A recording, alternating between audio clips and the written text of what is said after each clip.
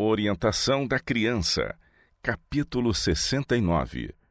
Os efeitos de práticas prejudiciais. A energia vital é esgotada. A prática de hábitos secretos certamente destrói as forças vitais do organismo. Toda ação vital desnecessária será seguida de correspondente depressão. Entre os jovens, o capital vital, o cérebro, é tão severamente submetido a esforço em tenra idade que há uma deficiência e grande exaustão que deixam o organismo exposto a enfermidades de várias espécies. Predispõe a várias doenças. Se a prática é continuada nas idades de 15 anos e daí para cima, o organismo protesta contra o prejuízo já sofrido e continua a sofrer, e os fará pagar a pena da transgressão de suas leis, especialmente nas idades de 30 a 45 anos, por muitas dores no organismo e várias doenças, tais como afecções do fígado e dos pulmões, neuralgia, reumatismo, afecções da espinha, enfermidades nos rins e tumores cancerosos. Alguns dos delicados mecanismos da natureza cedem, deixando uma tarefa mais pesada para os restantes realizarem, o que lhe desorganiza o delicado arranjo, havendo frequentemente repentina decadência física, cujo resultado é a morte. O sexto mandamento é violado. Tirar repentinamente a vida de alguém não é maior pecado à vista do céu que destruí-la gradual, mas seguramente. As pessoas que sobre si trazem decadência certa por praticar o mal sofrerão a penalidade aqui e, a menos que haja completo arrependimento, não serão mais admitidas no céu do que aquele que destrói repentinamente a vida. A vontade de Deus estabelece a conexão entre a causa e seus efeitos. Mente pura também sujeita à doença. Não incluímos todos os jovens fracos como culpados de maldade. Aos que têm mente pura e são conscienciosos, que sofrem por diferentes causas sobre as quais não têm domínio. Faculdades mentais enfraquecidas. Os pais afetuosos e condescendentes condoem-se dos filhos porque imaginam que suas lições são uma tarefa grande demais e que sua intensa aplicação ao estudo lhes está arruinando a saúde. De fato, não é recomendável sobrecarregar a mente dos jovens com estudos em demasia e por demais difíceis. Mas, pais, não considerastes com maior profundidade esse assunto do que meramente aceitar a ideia sugerida por vossos filhos? Não tendes dado crédito depressa demais às razões aparentes de sua indisposição?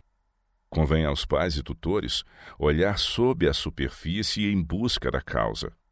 A mente de algumas dessas crianças está tão enfraquecida que apenas tem metade ou um terço do brilho intelectual que poderiam ter caso tivessem sido virtuosas e puras. Elas o têm desperdiçado no abuso de si mesmas. Resoluções elevadas e vida espiritual destruídas. A masturbação destrói as boas resoluções, o esforço fervoroso e a força de vontade para formar um bom caráter religioso. Todos os que têm qualquer verdadeiro senso do que significa ser cristão sabem que os seguidores de Cristo estão na obrigação, como discípulos seus, de trazerem todas as suas paixões, forças físicas e faculdades mentais em perfeita subordinação à sua vontade. Os que são controlados por suas paixões não podem ser seguidores de Cristo. Estão devotados demais ao serviço de seu mestre, o originador de todo o mal, para abandonarem seus hábitos corruptos e escolherem o serviço de Cristo. Religião destituída de poder. Alguns dos que professam ser seguidores de Cristo sabem que estão pecando contra Deus e arruinando sua saúde, mas são escravos de suas próprias paixões corruptas. Sentem uma consciência carregada e cada vez têm menos inclinação para se aproximarem de Deus em oração secreta.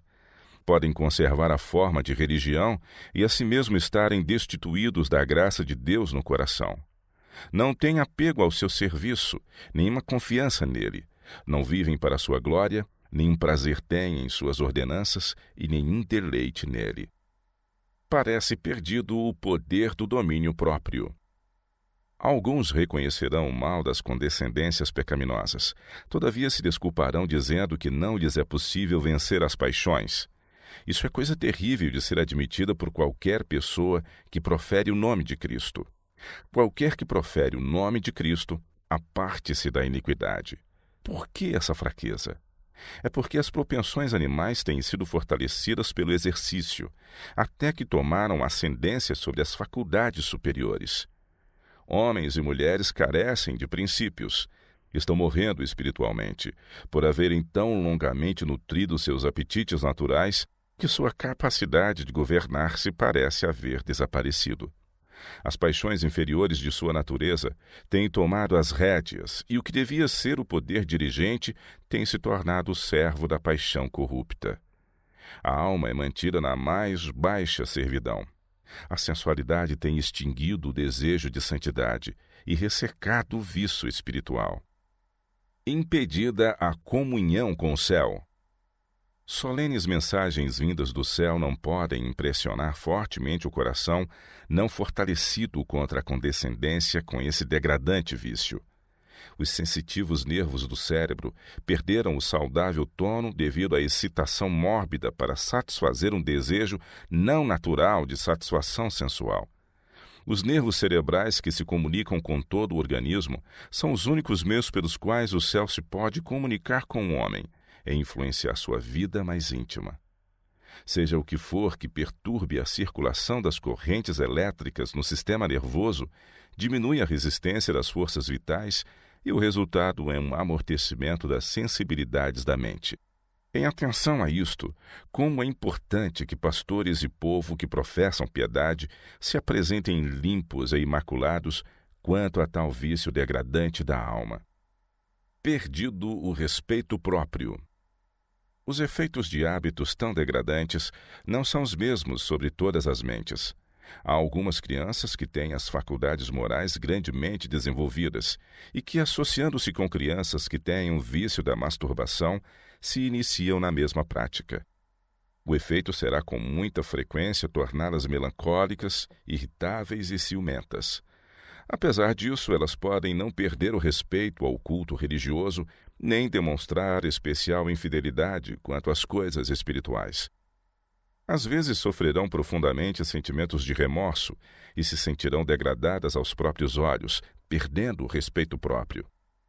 A mente pode ser fortalecida contra a tentação. A força moral está excessivamente enfraquecida ao entrar em conflito com hábitos estabelecidos. Os pensamentos impuros dominam a imaginação, e a tentação é quase irresistível. Estivesse a mente acostumada a contemplar assuntos elevados, a imaginação educada a ver coisas puras e santas, e seriam fortalecidas contra a tentação. Demorar-se-iam sobre o que é celestial, puro, sagrado, e não poderiam ser atraídos para o degradante, corrupto e vil. Inteligentes nessas coisas. A condescendência com as paixões inferiores levará muitíssimos a fechar os olhos à luz, pois temem ver pecados que não estão dispostos a abandonar. Todos podem ver se quiserem. Caso prefiram as trevas em vez da luz, nem por isso será menor a sua culpa. Por que não leem os homens e mulheres, tornando-se mais versados nessas coisas que tão decididamente afetam sua resistência física, intelectual e moral? Deu-vos Deus uma habitação para que dela cuideis e a conserveis nas melhores condições para seu serviço e sua glória. Vosso corpo não vos pertence. Ou não sabeis que o vosso corpo é o templo do Espírito Santo, que habita em vós, proveniente de Deus, e que não sois de vós mesmos? Porque fostes comprados por bom preço, glorificai, pois, a Deus no vosso corpo e no vosso espírito, os quais pertencem a Deus. Não sabeis vós que sois o templo de Deus e que o Espírito de Deus habita em vós? Se alguém destruir o templo de Deus, Deus o destruirá, porque o templo de Deus, que sois vós, é santo. 1 Coríntios capítulo 3, versos 16 e 17.